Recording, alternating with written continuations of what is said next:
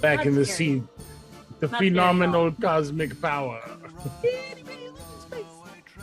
But as you can see, Torsten is now once again Torsten, and I am not Echo because Echo died. He died, and if you haven't seen that, it's a spoiler. And what are you doing? I mean, you Right. could go back and watch the previous. Well, they don't need to now. I mean, yeah, that's true. That's true. But you know, if you want to, you could like go on Twitch, Rusty died too, but now he's better. or Instagram, or Facebook, YouTube. You can check them all out. We're on all of those. In fact, It's all in the link tree down below in the comments. It is. It is. And these are the beautiful faces of my players as they just had a bit of a, you know, like a family-like discussion That's a nice while way to put it. trying to figure things out. Which, The Manson family. if I could have Riona, Scrack, and Iron Oxide turn off their cameras just for a minute. You can keep your sound on, but please turn off your cameras. And I would like to start with Torsten. Can you describe how Torsten looks when he was alive?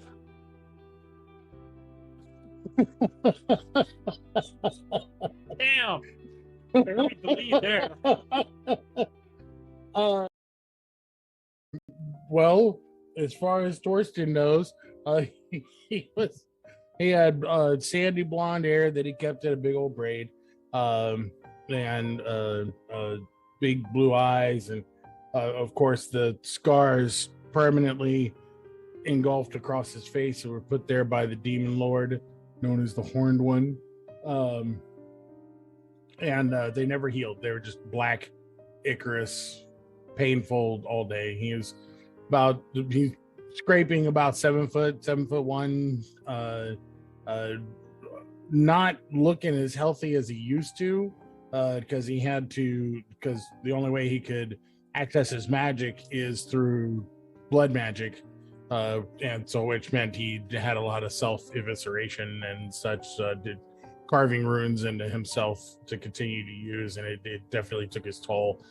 He went from he was never big and brawny, but went from rather stout to still strong, still a good constitution, but his pallor had fallen. He's looking a little ashy from all the blood loss, and with a little wild look in his eye. So, as your idea of self is tickling like a moth against a window pane,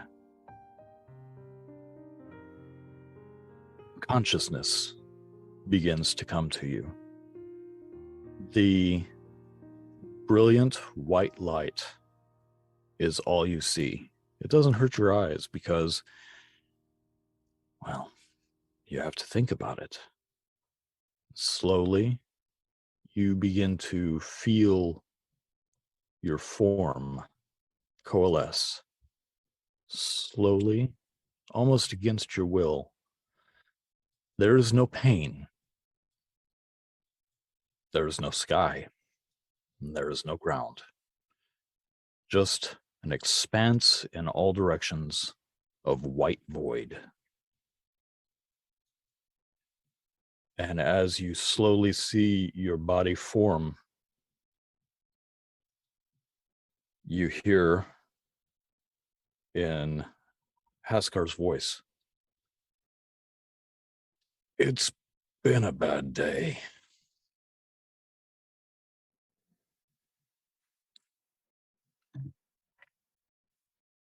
You realize that whatever behind is where the voice came from. Yeah, I'm looking around, expecting either Haskar or somebody else. You try to step, but there's nothing to step on. Eventually, you just kind of will yourself to slowly turn. As you do so, there's a humanoid crow in armor and a green scarf standing there. Echo. Hey, buddy. In Scrack's voice.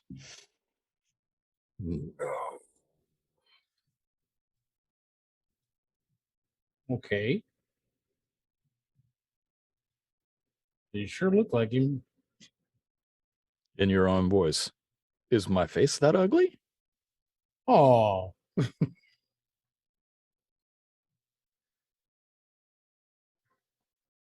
He kind of looks at you, and as you can see him just standing in this void with you, you begin to see flickering images of specters swirling through him and around him.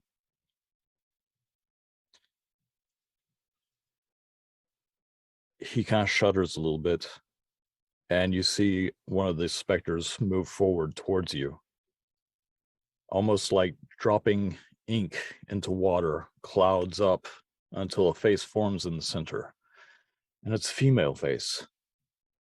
She winks at you, and she says, "Given enough lubrication, anything will fit. Let's do this." And then she swooshes back and dissipates. One less specter. okay. I'm going to try to stay relaxed after that statement. Try to unclench. Breathing. Breathing. Breathing exercises. More of the specters swirl around. Some just swirl away and dissipate into nothingness. Another one swirls by you. Pirates are usually undercooked. And as it goes by you, fades off into the distance.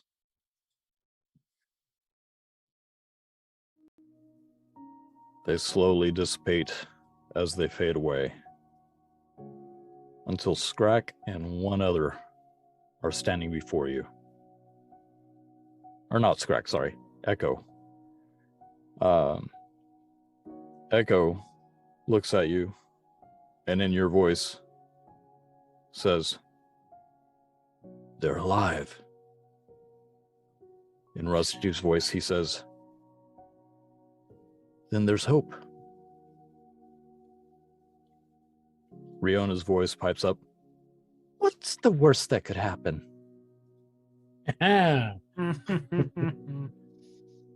He bows and begins to fade as he moves backwards to a small female child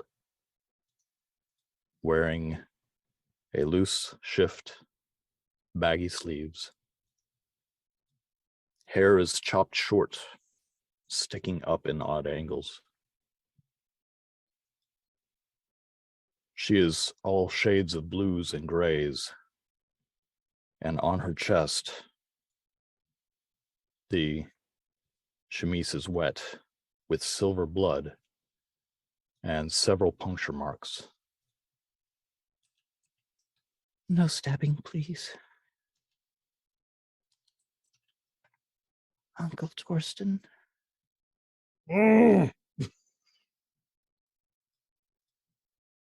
I reach out to touch her to try to heal her.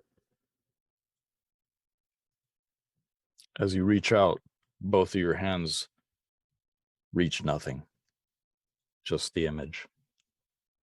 And she goes from looking sad and scared to acknowledging that you can see her. "Uncle Torsten, Hey, you can see me now." I don't know what it means, but yeah. "I didn't know if you'd be able to see me, but someone asked me if I wanted to help you. I said, yeah. So here I am. I miss you. I miss you too, kiddo. Miss everybody. You can't see some of them yet, but they're not all with me. I hitched a ride. I got, From my got- little friend there, huh? yeah. He saw what happened. It was Oh scary. wow. He pulled me away when those monsters were. Don't worry about them. I'm not. I don't feel any pain. But he tried to help me. And when we saw you, I told him that you were a great guy. And that you used to give me rides on your shoulders and you used to swing me around. But I don't have a lot of time. It was really great seeing you again, Uncle Torsten.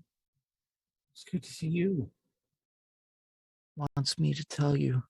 And she reaches out, and even though your hands pass through her hands grasp hold of your wrist. Said that it'll be okay. She reaches up, she puts her hand on your face. And as she holds your wrist in your face, she goes, He's glad to see someone after so long. He hasn't heard, he hasn't been heard by anyone in so long. He wants you to know it's going to be okay. Because you carry a spark in you. and as she removes her hand from your face and your wrist is all that's there because the hand is no longer. There is a golden cap placed where it would normally be a stump.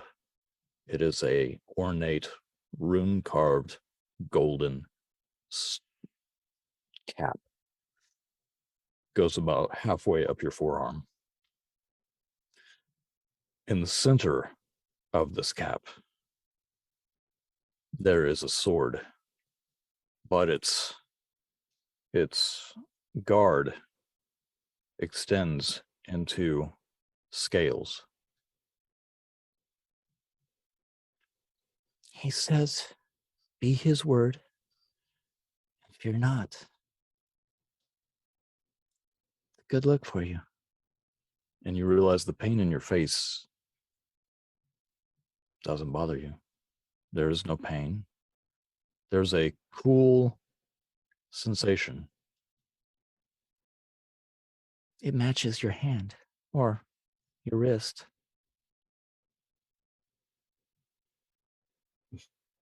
Just try to catch a glimpse of my face and my wrist. What little non-decorated portion you can see a clear image, you are still rather gaunt. You still have a shock of white in your beard and your hair from when you were pulling the magic from you. The scars, crossing scars all over your chest and stomach and arms, they are no longer there. Instead, there are golden runes. And your face, where the 4 claw marks are, have also turned to gold and stopped bleeding. I'm beautiful. I always thought so. But She looks up. okay. Okay. He says he'll take me now. Oh yeah. That's something I was supposed to tell you. When you leave here, this is a special place. If someone dies where you are now, their spirit, it doesn't get released. I don't I don't know what that means exactly, but it can't go to its forever home. But I can now. That's good. I miss you. I miss you too. And I'll see you again. I'm fine. I'm fine. I'm fine. Let's go. No, you're not. Ah, Let's get out of here. okay, I'll leave. I'll leave. You'll leave now, but you were willing to walk through flames and sacrifice yourself a few seconds ago, Torsten? Oh, Because you know what sacrificing means. I just hold up my stump of an arm. As you do that, I want you to roll a d6, please.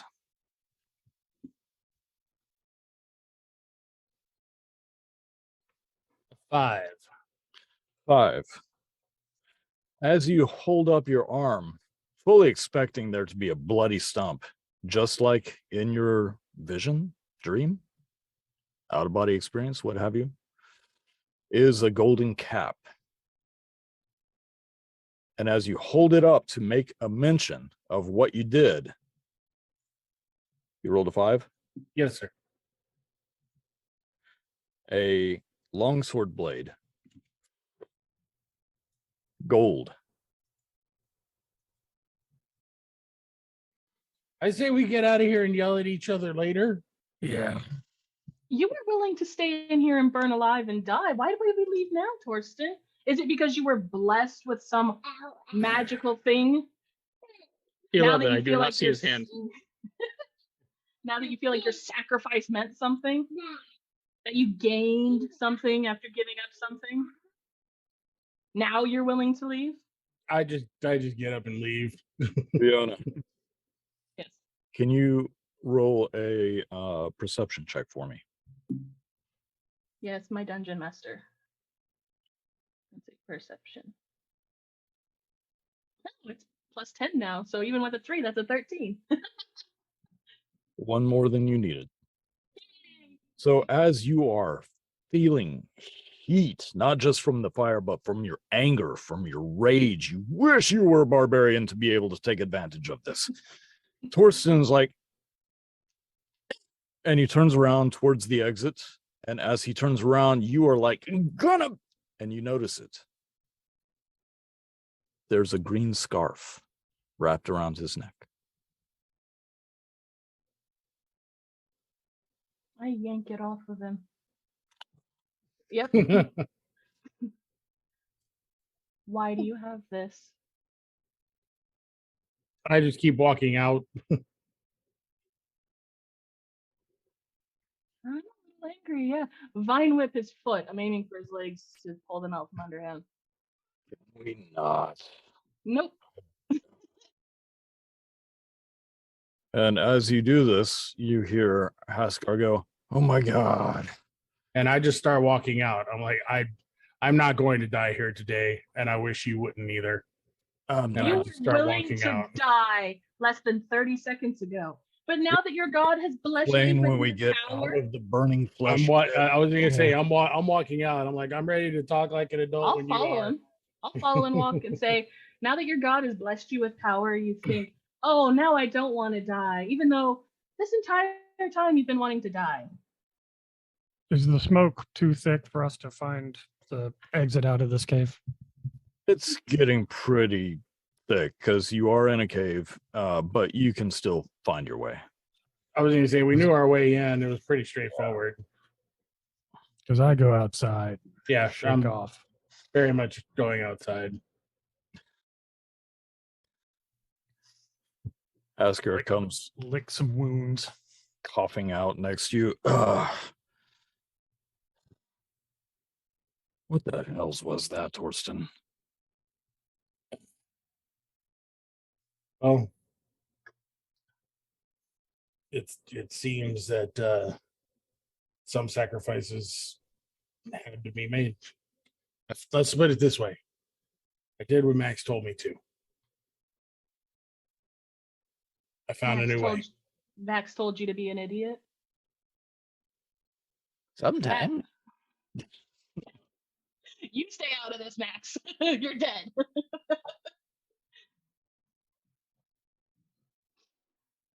Seriously, Thorsten. Less than 30 seconds ago, you were willing to walk down and die, but now your God blessed you with power, and you're like, oh, now I'm gonna live. Do you see how stupid that is? I think you're missing the point, but that's okay. I'm not missing any point. I'm seeing the fact that because you got a fancy little new toy and a new ability, just like, oh, I don't know, let's point at Rusty and how he got granted power and a new ability. Everything's a little bit better. All I'm saying is that your God is no better than the demons that we're killing because he could have helped you this entire time. But instead, we've been helping you. And that wasn't good enough. You were willing to just run down there and die.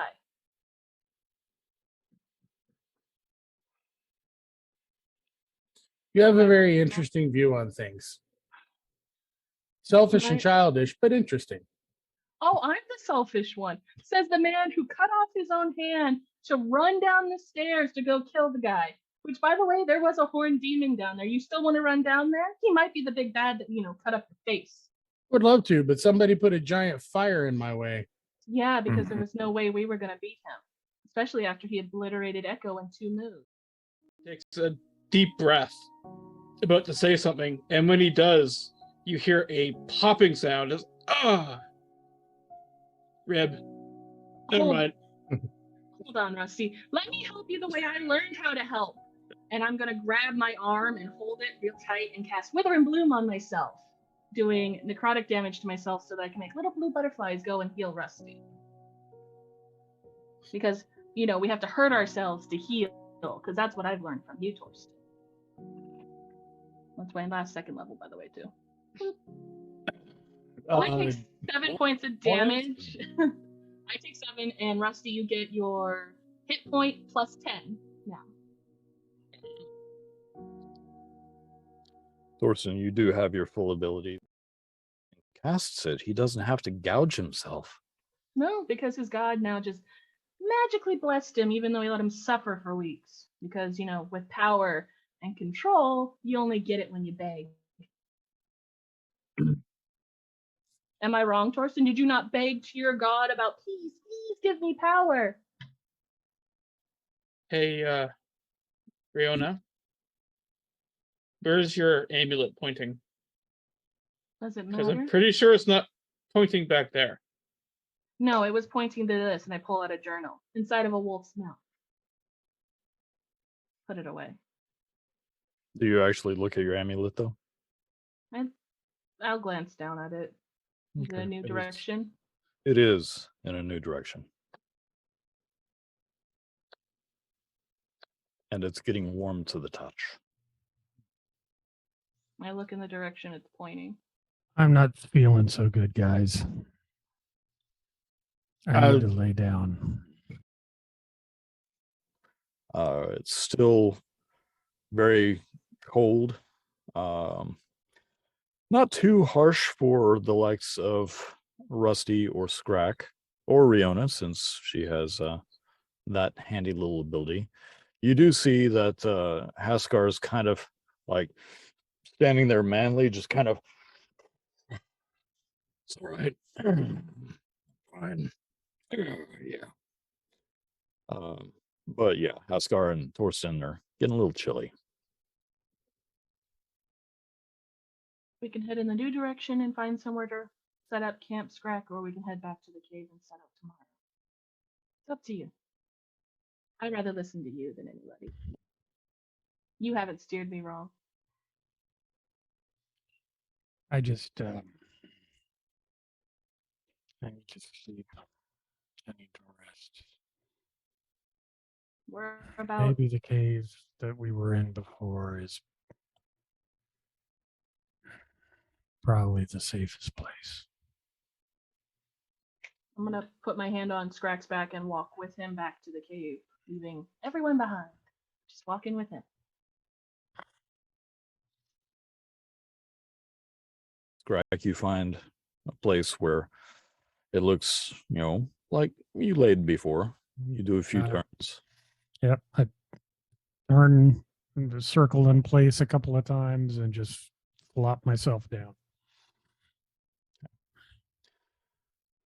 But as you go to sleep, the others, one by one, begin entering the cave. And would you guys like to rest up for the night, or would you like to take a short rest? It's up to you. I need It's a fairly good simple. long rest. I'm still at like half hit points Yeah. right now, and I've got none of my skills. I'm all used up. You I get will your be you laying get your with sleep, Scrag. Scrag. Yeah. I'll take first watch. I'll take 8 hours. As a matter of fact, you guys go ahead and just everybody sleep. And I keep. How long does my spirit guardian stick around? Spirit guardian stick around for 10 minutes. Okay, but I'll take that 8 anyway. I'll take that first 8. Okay. Okay. I spend a little while reading my blue book. Your blue book. Your blue book is the cleanest thing on you, Rusty. While the others have not been exactly the most fastidious as their toiletry habits, you have. But yeah, that last fight and all the smoke and the blood and the guts, you're pretty soiled. Hey, mean- Rusty. We'll deal with it. Rusty, Yes. come sit with me a moment if you don't mind. Keep me company, old friend. Sure. I sit down next to him.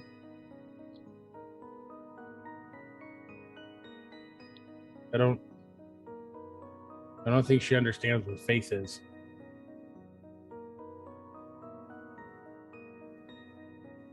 I don't think I understand what faith is.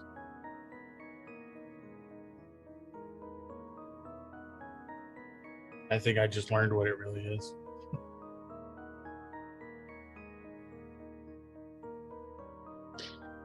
I think your god could have helped you at any time that they chose. When was the last time you felt the touch of your god initially? Not that long ago. Not your new patron.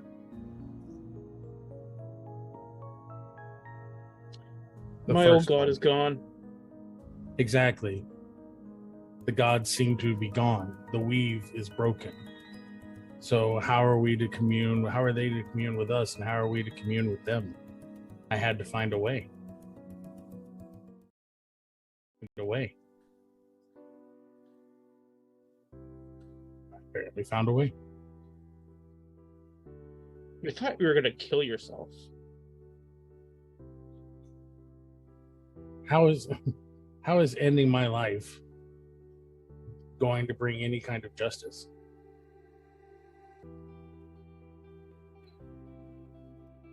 There's a big hallway full of fire with something bad at the end of it. You were bound and determined to walk down it. Seemed like you were gonna kill yourself to me. I think Riona thought the same thing. Just seething and Well, I was Wave. going to say, during the last 4 hours of that watch, can I have read the journal that I found? Yeah. I need you to roll an intelligence, please. Straight intelligence. Not a problem. If it's a problem, it's a 4. There's a lot of big words. A There's lot of big words. no words. There's no Oh. words in this journal whatsoever. It is at this time indecipherable squiggles and shapes and numbers, sometimes numbers within the shapes. It's just a whole lot of just weird mashup, but strangely familiar because it is in Justice Hyrath's handwriting. But you do see as you flip through these pages and you're getting more and more irritated about Torsten and the demons and the loss of Max and the llamas and then just Echo just evaporating and and you just kind of slam the book down for a second, and as it bounces up and it opens up one of the last pages, there is a drawing. It looks as though there is an arch, but made up of stone and carvings of goat legs and horns everywhere. There's a skull at the top center, and you see the only word that you can decipher in this whole thing is relative.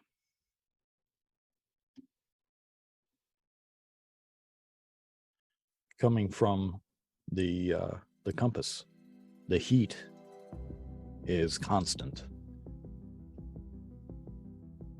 I take off the necklace and I look for Rusty and I say, I don't know what's wrong with it.